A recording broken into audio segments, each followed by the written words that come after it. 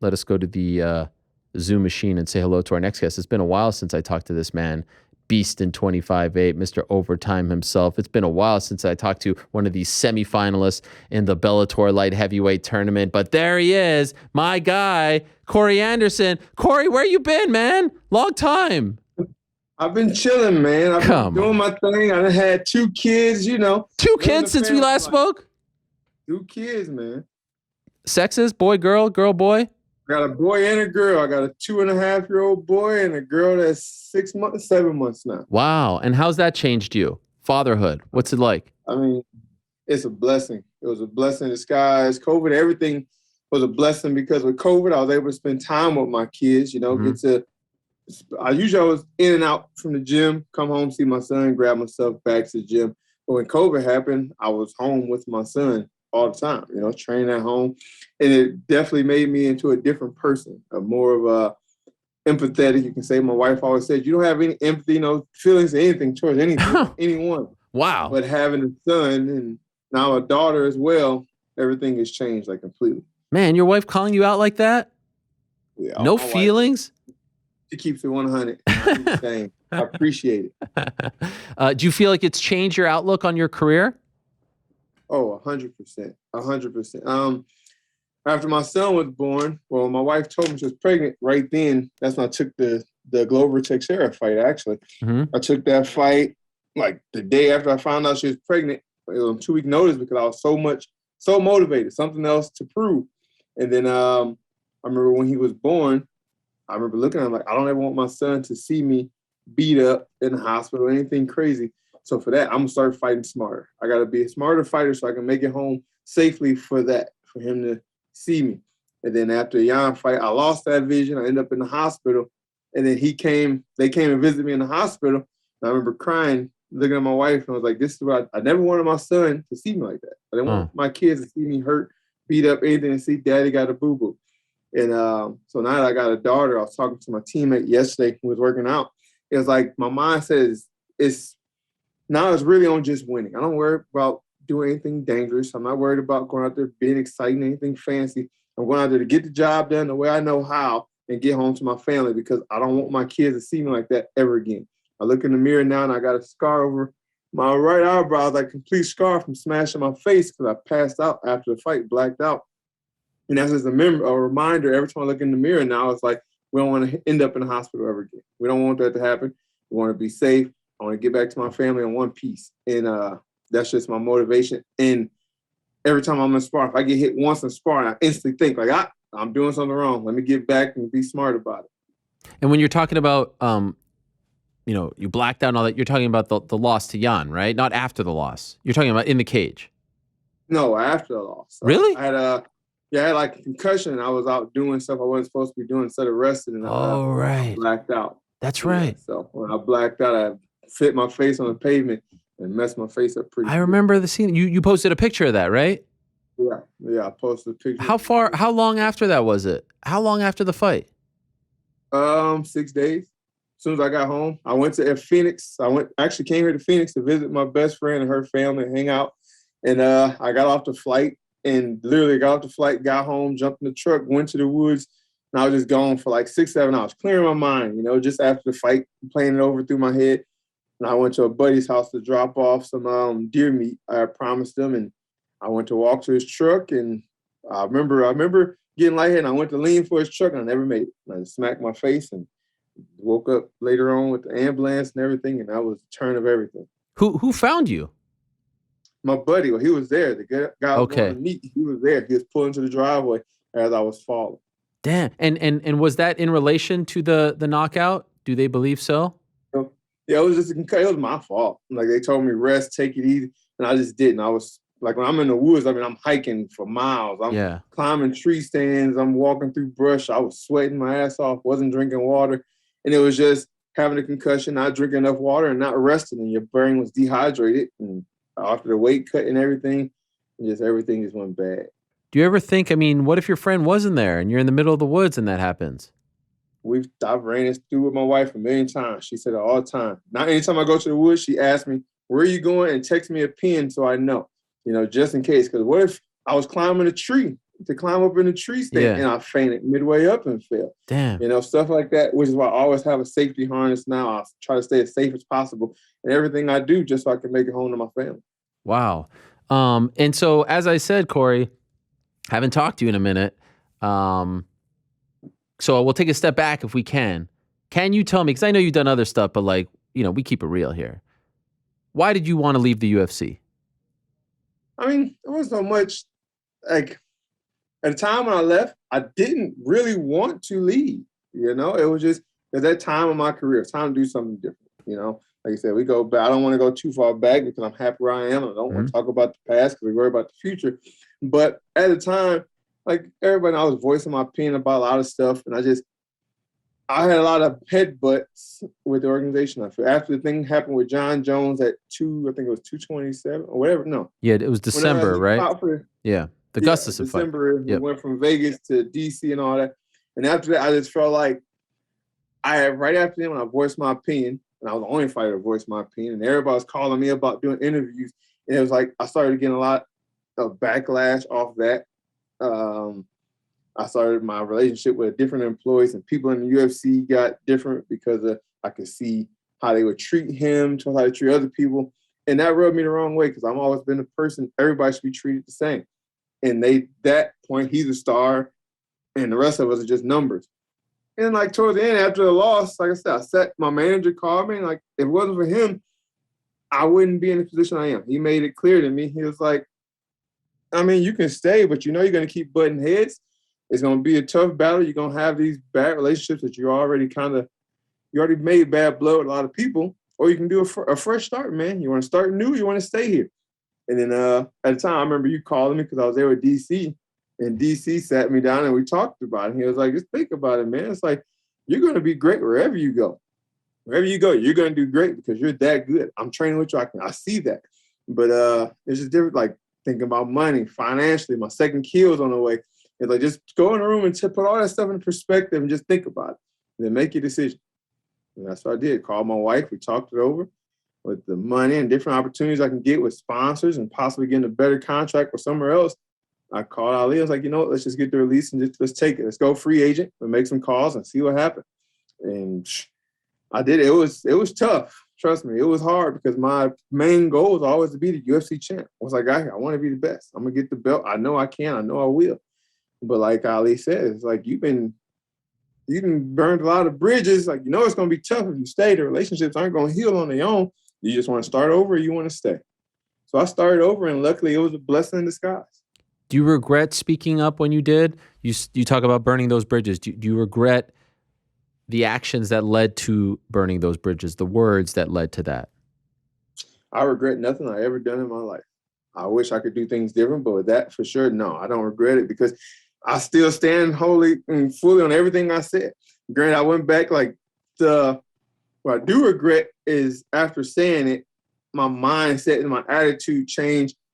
Instead of like looking at John Jones as a competitor or somebody like I used to respect, it kind of, in my mind, he became just like a villain. And I had nothing good to say about him. And I was tweeting bad stuff about every time I would predict, like, I guarantee he's going to get in trouble, blah, blah, blah. Like, he keeps saying he's a Christian, he's going to do this. And then he would do it. And I would go on and like blast, like, look, like I told y'all, like I said, he's going to screw up. He's this, he's going to do that. That I don't regret, but I wish I didn't put it out in the public. I could have kept it to myself. I could have discussed it with my family, with my wife, with my coaches, with my manager, whoever. But the fact that I took the low road of trying to put his business on blast and make people kind of shame him like I was, that wasn't something I should do. As a man, that seemed like a jealousy trait, and men don't get jealous. Well, you shouldn't. So I should have just kept that to myself and voiced it between my circle of people and let it be that.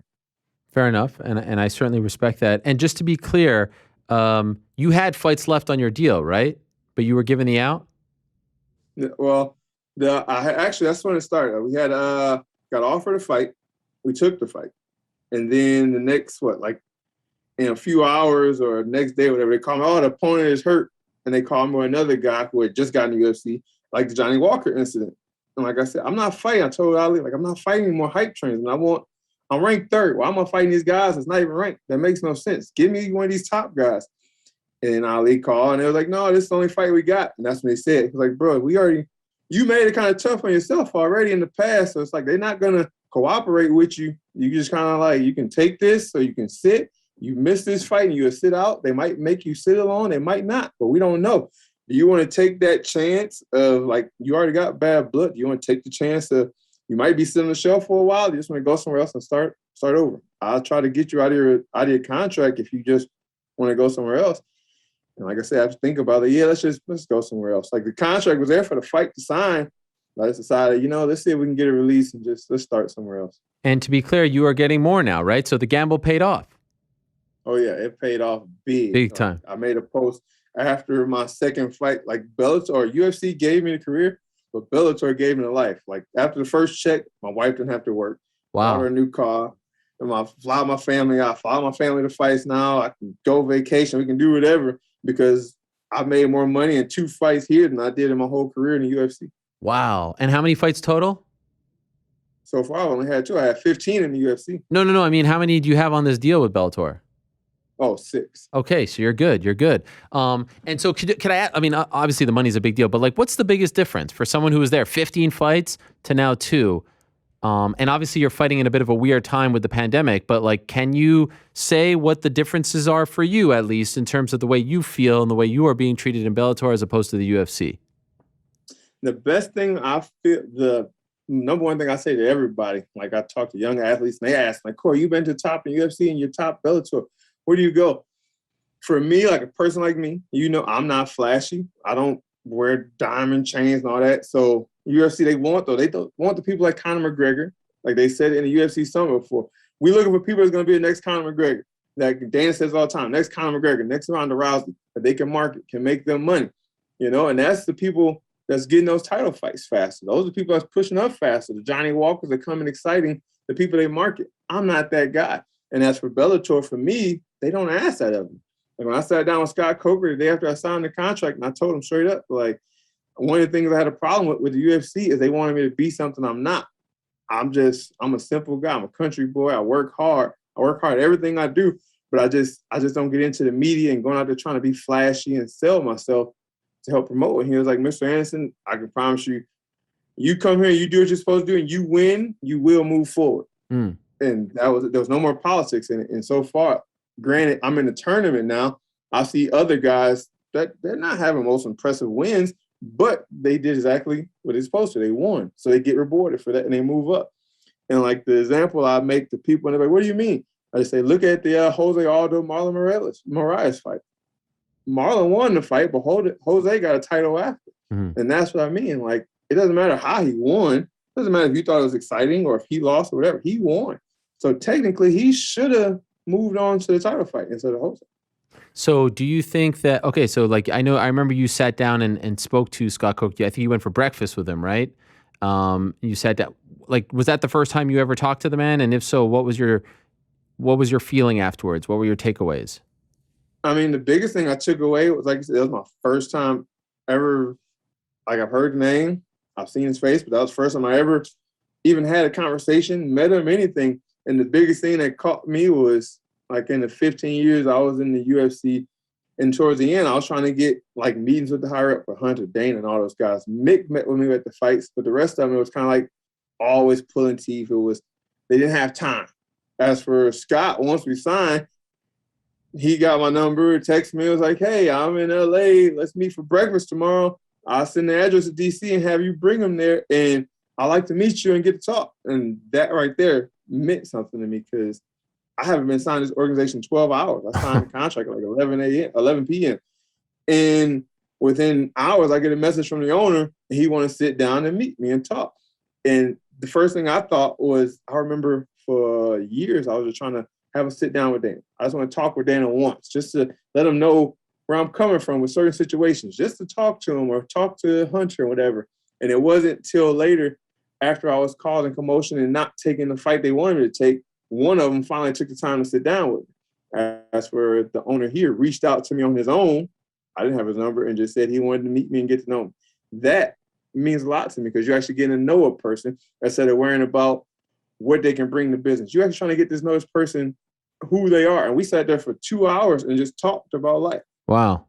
For a guy who you said, "Hey, I want to be a UFC champion. That's the goal." Was it hard to switch? Like it's an identity. I can listen.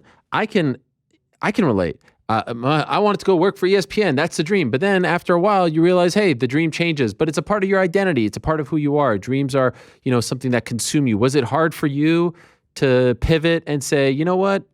I don't need to be a UFC fighter to be happy. I can go elsewhere. Like, what was that process like? That was a battle for sure. Uh huh. That was one, like, even after I accepted it, my wife still hadn't, because we didn't engraved in our head I was going to be the UFC champ forever. And she was so upset. She's like, the only thing that kills me is the world doesn't get to see what we know. Like me, Mark Henry, we all know how good you are. You go out there and you do what you're supposed to do. There's no reason why you shouldn't be the UFC champ. But now we'll never get to see that because you're no longer in the UFC. And that was a tough battle for my wife to cover and for me, or to get over. And for me, like the way DC told me when I left his house, he's like, bro, just remember, it's only 3 letters. He's like, I know you had your mindset on it, and I can tell you still not sure about your decision, but it's only 3 letters, UFC. Now you just going to Bellator. Same thing. You still be a world champ when you win it. It's just a different organization. Yes, everybody talks about the UFC, but it's just 3 letters. Remember that. And like I said, I have been there for 7, 8 years since I started my fight career. I started in the UFC, and every day you obsess over that belt, being the best, this and that, this and that. And it wasn't until after the Melvin Manhoef fight, and I realized how much happier I was, how free I was in that cage, all fight week, the media. It was all a fun process again. And I realized then, this is what I was missing in my fight career. The last 3 years in the UFC, it was stressful for me. I was always fighting with the media. I was fighting with the fans. I was trying to fight 2 battles. Like I told my wife after the fight, like, I can't do this no more. Or after the young fight, I can't fight my opponent and then worry about pleasing the media and the people. And when I came over to Bellator, it was like a whole fresh start, and I didn't have that. And that's why after the Manhoef fight, that's when it all clicked. Like, I don't need to be UFC champ. I want to be the champ regardless and still make more money here and live happy and free. And that's exactly where I am now. More money in 2 fights than in 15 fights in the UFC. That is wild, man. That blows my mind. That is unbelievable. That's the thing, because everybody say, oh, you got a 6-figure deal with the Ultimate Fighter contract. Well, that's like at the end of your career, you'll make 6 figures. Right. I only had 1 fight where I made, well, maybe 2 with a bonus, where I made 6 figures when I left. And it's like, I make 6 figures here every time. Could I ask, and you don't have to answer, but I'm just curious, a big thing in the past has been show win money. I know Bader doesn't have that deal, and I think he's happy about it. Do you have that show win? I don't think it's fair, to be honest. I think we have come far enough in this sport where you guys deserve to know how much you're going to make by the time you walk out. It's not a show, oh, you impress, you win, you get more money. Do you have that model too, or do you have like just a guaranteed amount and that's that? No, I do the show win still. You like it? Oh, yeah. Why is that? So I know when I win, I get that much more. Well, what about just getting a guaranteed sum? It's incentive to go out there, because I feel like if I know I'm gonna go get, say, you get guaranteed $650,000. You go out there. So technically, when I'm in training camp, that's one thing for me. I know when I'm training, I'm always thinking, if I have a bad day in the gym, in my mind, I'm thinking, if this is the fight, I just left for half that check. Oh. I got a family. I need that full check. I want everything. I want it all. I'm not leaving nothing on the table for grabs. So when I'm in the gym, I'm making sure all the stones are turned. I feel like if I only got a flat rate, and that was my contract every time, I would go out in the mindset like, okay, so I go out here and win, I get 650. But if I lose, I still get 650. So if I get into that fight and I'm starting to get beat up and it's starting to get tough, I might just go and say, you know what? I might be tired, or he's defeating me, but in the back of my mind, I'm getting 650. So you know what? We're not gonna fight that hard. As for me, I'm fighting for mine. I'm gonna scrap for mine to the last penny. You're not gonna take food out of my family's mouth. Not that easy. So I want that 2 checks. So you use it kind of as motivation. Oh, 100%. By the way, you still training with DC? I mean, I would like to get back out there and work with him again, but he Hollywood now. Oh, He out there doing like the What? UFC stuff. He out here doing us investment. But no, DC just busy. I understand that. I want to be like that when I retire too. so you're training back in New Jersey with Mark Henry and the crew. Of course. That's why I always do my camps. I was out there helping DC. But yeah, my team was always going to be in New Jersey. And so when you were, brought to Bellator. Were you told about this light heavyweight tournament? If not, how did you feel after the Manhoef fight that they were going to do a tournament? I actually didn't know about the tournament until the Manhoef fight was November. It was after New Year's. Ali had called me. And it was late because I remember we had just got in bed, put the kids to bed, and we in bed back home visiting my wife's family. And Ali called me. I think it was like 2:00 in the morning there. I'm like, yo, what up? He was like, yo, I think we're going to do a Grand Prix, and they want to push you in it. And instantly, I got excited. I remember waking up, tapping my wife, like, yo, we might do a Grand Prix, babe. She's like, what you mean? Like, they're going to do 8 guys, and everybody fight down to the champ, and the champ is going to be in it. And I was just always excited. For me, coming from the Ultimate Fighter, that's how I got into the UFC. And being a wrestler, every weekend you do a tournament. So I've always loved a tournament style. It's because, again, the politics is cut out. You don't have to worry about who you fight next. There's no argument who's next for the title. There's no argument who you got to worry about this and that. You got the bracket. You know who you got. You know who's next. You know if he win, you know who you got to fight. If you lose, you know who potentially, if this guy loses, potentially you guys might fight on the outside. So study these guys. So I just love the whole format. And so 2 fights in, 1 fight in the tournament, 2 great performances. Are you happy so far? Because sometimes it feels like, I don't know what it is, Corey. People leave the UFC, they go to another organization. I mean, we've seen it recently. We saw it with Yoel. We saw it with Anthony Pettis going to PFL. We've seen it a bunch. And they kind of stumble out the gate. I don't know if there's too much pressure. They want to put on a great performance to please the new bosses. You've had 2 pretty damn good performances. Are you happy so far with what you've done in Bellator in these 2 fights? I am pretty daggone happy. The only complaints I have is it's mentally on me. Not mentally. There's a couple of things I missed. A couple opportunities I missed in the fight that I could have capitalized on, make the performance look that much better. But like you said, my performance have been great. I go back and I watch the film. Yes, there's always errors and things I can do better. I always watch the film and find the bad I did more than the good. But I've been super happy with them. And like I said, I'm just learning off the opportunities I missed. But other than that, no complaints. I'm happy with everything I've done so far. Were you bummed when you found out no Rumble, no Romero, 2 of the bigger names, those guys aren't a part of it? Did that bum you out at all? Yeah, Yo was definitely at first like, dang, the tournament took a hit. But then Rumble, being a friend of mine and a boy, like every time I talk to him or we text or we see each other in person, we always finish agreeing, like, all right, bro, I'm going to see you in the finals. We shake hands, we dip off. And then I had talked to my commentator, his fight, and then I talked to him after the fight, was texting back and forth. And he asked me, like, yo, you healthy? Like, yeah, I'm good, baby. You healthy? He's like, I'm dealing with some stuff, but I'll be good. I'll see you at tournament. And I knew right then he probably was dealing with like something that might pull him out the tournament. And when it was announced, like I hit him up instantly, like, bro, you good? Like, I seen the post. He was like, yeah, I'm working on it. It's pretty crazy, but I'm gonna do everything I can to get back in there next year. And in my mind, one thing that hurt me, but it upset me because to see a buddy of mine is sick. You never want to see anybody sick, especially somebody you know. And the second thing was, in my mind, I've always drew it out. I seen me and him in the finals. Him being who he is, that'd be a great fight. You go in there. We both come from the UFC. We've both been at the top. And to fight him, that would just been an honor. Not just the fact that he's a friend, but friends fight all the time. But what he's known for in the sport, I would love to test myself. And it might come in the future, but I just would love to see him in the tournament. It wouldn't have been weird for you to fight a friend. No, I mean, OSP was a friend. You saw he kicked my head into the Madison Square Garden Rapids. I mean, it happens. Right. Friends fight. Me and Bader, I still think we were cool. I mean, I had no bad blood towards him. Just, it's the fight business. You got to business first, pleasure later. Separate the two. And what are you talking about when you say we were cool? Are you talking about from the show? Are you talking about UFC? When were you and Bader like together? No, I trained with Bader twice. He used to have me come out and help for both Phil Davis fights. He would text me before the OSP fight. He'd text me after certain fights. I text him after fights, say good job, blah, blah. Before we was in the same bracket, I mean, we would talk in passing. Oh. His wife would comment on some of my stuff, or I comment on her stories, anything. Just, it was no bad blood, When I came here, he let me use his truck. I didn't have a vehicle, gave me his truck to drive around. Everything I needed, he took care of me. But now it's just weird opponents, After that, like I said in the face-off in the cage, I told him, like, yo, let's get this fight over with and let's go on a hunting trip together. Ain't no bad blood to me. It's strictly business. I can separate the two. It's nothing. I have no hard feelings towards anybody. It's not easier when you're fighting someone who you don't kind of like? No, because to be honest, I feel like when I go in fighting with emotions with somebody I don't like, I fight the worst.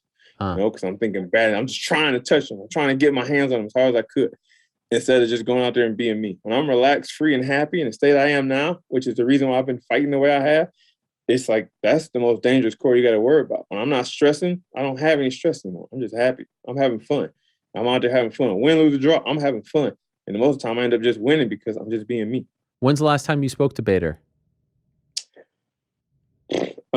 Like as a friendly text or something, it was when I was in the UFC still. Oh, did he text me when I signed with Bellator? I'm not sure, but other than that, it was just a text or something he sent me when I was in UFC. Okay, you think he's still as good as the guy who was winning in the early days of his Bellator run, late stages of his UFC run? I mean, he had that tough loss to Vadim Nemkov, who's on the other side of the bracket fighting in the main event. Where do you think he's at in his career? Um, is he at retirement age yet? Not necessarily, but he's not the prime, the peak that he was. He wasn't the Ryan Bader that fought Lil Latifi. Granted, I think the knee, he was going to throw a kick and a tear shot into the knee. It was still a beautiful knockout, but I just don't think he's as fast twitch as he was then, you know? But with that, with old age comes power. We all know he got power. He throw that mean overhand right, left hook. You got to pay attention to those things. And he's got the time in the cage. So he's a veteran. He knows things. So his mind is pretty sharp, but I just feel like athletically and physically, he isn't the Ryan Bader he used to be. But the other attributes that he didn't have then, he has more now. He has more experience. He has more time. He was a champ. That's another thing. Once you become the champ, that's just a thing of confidence you gain. You know, I see it in Frankie Edgar every day. Frankie Edgar was a champ, and every day he has that confidence. The young guys come in, he still do the same thing to him. So, granted, he might not be as fast or as explosive as he used to be. He's as strong, he's as smart, and he's still as well-rounded as he was then, if not better, more well-rounded now. How do you feel about fighting him in Arizona? I love it. I love being the spoiler, come in and just tell the crowd. You seen how I did at MSG when everybody was shouting for Johnny Walker? I love just spoiling the crowd, man. I went to Brazil and fought Fabio Maldonado in his back town on 2 weeks' notice, or his hometown on 2 weeks' notice. I did Shogun Rua in Curitiba, the sold out crowd. I enjoy. The way I put it is, I never feel I'm a fan favorite regardless. I feel like if I go to my own hometown, I have more people there booing against me than cheering for me. I've never been a fan favorite, and I'm okay with that. I accepted that, and I just love being the underdog. That doesn't bum you out? Hometown and they're booing you? Come on. I mean, that's just insane. If they did, you get to the point, I was telling my teammate the other day, you realize no matter what, you're not going to make everybody happy. 9 times out of 10, I have more people displeased with me than I do happy or pleased with me. And that's okay. And I've got to the point, like I said earlier, I just can't fight both battles. I can't worry about fighting my opponent and fight the crowd to make them happy with me. So I've just accepted it, you know? And like DC, one thing DC told me, I asked him, like, bro, you one of the greatest champs I know. I told him, you do nothing wrong. You live the way you should. You're a great family, man. Why do people not like you? And how do you deal with it? He said, man, I just learned to embrace it. You learn how to embrace it and just run with it. Sometimes I feed back into it, just like text a message back to him, whatever it is, and play with it. And sometimes you don't pay no attention. But either way, I embrace it. And that's just where I am now, especially this fight being his hometown. I got to embrace the fact that I'm the underdog. I'm the guest. Everybody here going to be probably booing me. But I got a lot of friends and family that's here, that flew out here, that's from Phoenix, that's going to be there. But I just go out there and worry about those fans and loved ones that I have on my side. And the rest of them, we just block it out. Could I ask, we mentioned him earlier, what do you think about the latest issue with John Jones? Hope he gets help. You know, that's the thing. Like I said, I got to a point. I don't know if you've seen it. What was it? Right before I left the UFC. After I got knocked out and I spent some time in the quarantine reading my Bible and stuff, and that's when I realized the things I did towards the media, towards John Jones was wrong. I should have kept it to myself. And I messaged him personally. I never heard back from him. And I made a public apology for everything I had said over the few years. And if you're a true Christian like I am, I hope the Lord guides you in the right way and you get help to straighten your life out. And the same thing, it doesn't change. You know, granted, it's a tragic thing that happened, you know, to hit your wife, whatever situation. We don't know the full case, but that's it. That's a sad thing. And I hope he gets under control. Like he said again, he's done with alcohol. Hope he sticks to that. I just hope better and great things for him because he's a great athlete. but his worst enemy. His dad said it in an interview. John Jones is his worst enemy. And that's the thing. And I've heard he was that way in college, and I've heard other rumors. And I just hope it's never too late for a change. Now, hopefully he can find that change that fix him, and maybe he can come back to just being the athlete we all know him of and never be in the media again. And so, and I appreciate that and respect that very much. And so in conclusion, Corey, and it's been great to talk to you again, my friend. I'm really appreciative that you'd come on the show. Thank you very much. What do you think it's going to feel like? You get by Bader in Arizona, his home state, then you fight in the finals, and maybe it's the champ there. He's fighting in the main event, Vadim Nemkov. And then after everything you've been through, after all the ups and downs, after the hate, you're the Bellator light heavyweight champion. After gambling on yourself, making this big bet to leave the UFC and take, what do you think that moment is going to, do you allow yourself to think about that moment, or have you not gone there just yet? I mean, we visualize it. You can't help but visualize and think about it. But at the same time, I try to focus on the present. You know, it's one thing I picked up because tomorrow's never promised. Like I say, when I've been doing these interviews, right now, this is the most important moment of my life at the moment because anything can happen. I can get off here and somebody can snipe me through the window. Anything can happen. So I try not to focus and worry about the future anymore and just worry about the present. But to think about that, me and my wife talk about, can you imagine when you win this tournament and blah, blah, blah, like the opportunity is going to come, how life is going to change. And, you know, a lot of people say, oh, $1 million. The money is the last thing on my mind. But like you said, the biggest thing for me is I started 3 fights, came to UFC, went to UFC, made it to the top, left the UFC in the Bellator, still end up with the championship belt here. It's been a hell of a journey, but it was well worth it. Everything Corey Anderson did. I just hope somebody can see my story and know it's just hard work. You don't have to try to flashy. Be yourself, put your nose to the grindstone, work hard, achieve the things you want. At the end of the day, it's all going to be worth it. Respect. Corey, good luck on Saturday. Looking forward to this fight. Dare I say, the most interesting fight of the entire weekend, regardless of promotion. It's Ryan Bader going up against Corey Anderson, semifinals of the Bellator light heavyweight tournament. Fascinating fight. You've done great things thus far in Bellator, and I'm really looking forward to seeing what you do in enemy territory on Saturday night. So good luck to you, my man. Thank you for coming on. I appreciate it very much. Thank you for having me, Ariel. You take care. Have a good one. All right, there he is.